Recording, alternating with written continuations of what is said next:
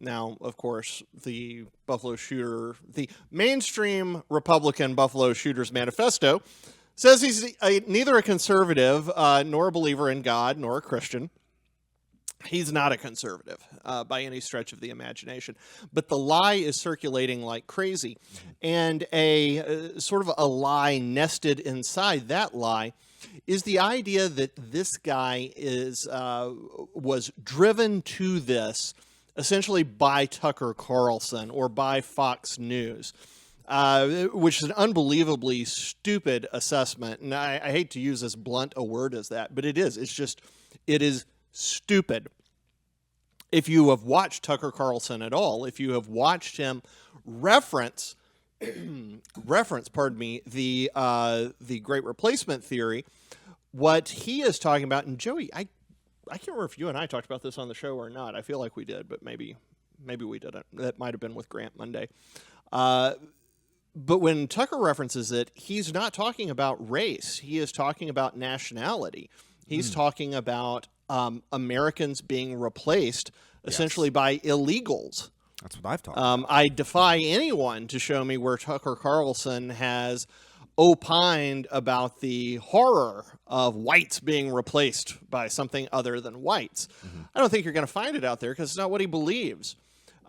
Conservatives could not care less what color your skin is. What we do care about is, as Dr. King would have said, the content of your character. And we care about the ideologies that you carry. However, there have been people out there who have been fans of the Great Replacement theory and fans of it from a racial standpoint. Right, Joey? Oh, yeah. I mean, Democrats have been talking about the Great Replacement theory on TV, in Congress, for decades. And President Joe Biden is one of those. And in fact, I think you were telling me earlier it was started by a Democrat senator in the 30s, right? That is correct. I want to pull from an article on Stars and Stripes from Martha Hamilton and Aaron Weiner, hopefully Weiner. I'm going to read just a couple of graphs here for you guys to kind of set the stage. More than 70 years ago, a U.S. senator published a book warning of the same destruction of white civilization. Theodore G. Bilbo, a Democrat, had twice been governor of Mississippi before he served in the U.S. Senate, when, quote, the growing intolerance among many whites toward public racism and anti-Semitism, end quote, led to his fall, according to an account in the Journal of Mississippi History. An equal opportunity racist, he addressed some of his letters with slurs against Italians and Jews, with slurs against Italians and Jews depending on the recipient. But the bulk of his loathing and fear was reserved for black Americans, as spelled out in his 1947 book, Take Your Choice, Separation or Mongrelization. Mongrelization, that's a Democrat senator writing. So he literally wrote the book on the Great Replacement theory. And Bilbo wasn't writing about the idea of leftist neo-Marxist replacing traditional Americans. He was writing because he was worried black people, or potentially Jews, or maybe even Italians, who I always think of as white. Yes. Would replace, I'm Italian. I think of myself as white. Yeah. Would replace white people.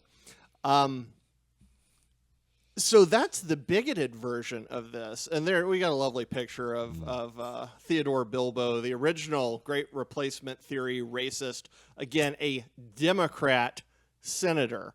Classic. It is classic. It is just part of the huge lie, Joey, that Democrats have always been on the side of blacks, of African Americans, of minorities, and it's just not true. No, it's totally false. It might be, well, it's not even, it might be, it is, I think, one of the biggest political lies ever told. Yeah, the Civil Rights Act, that was Richard Nixon. Yep, opposed by Democrats. Resistance to school segregation in the South, George Wallace, Democrat. Orville Faubus, Democrat. The South itself during the Civil War was dominated by Democrats. After that, for years and years, Democrats ran in opposition. It ran essentially on a racist platform.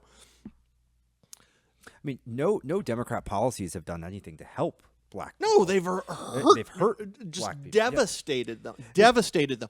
And I think it's got to be, sorry, just super quick. You're fine, I think it's Josh. got to be the Great Society and just essentially lies from the media that have affected this great bait and switch.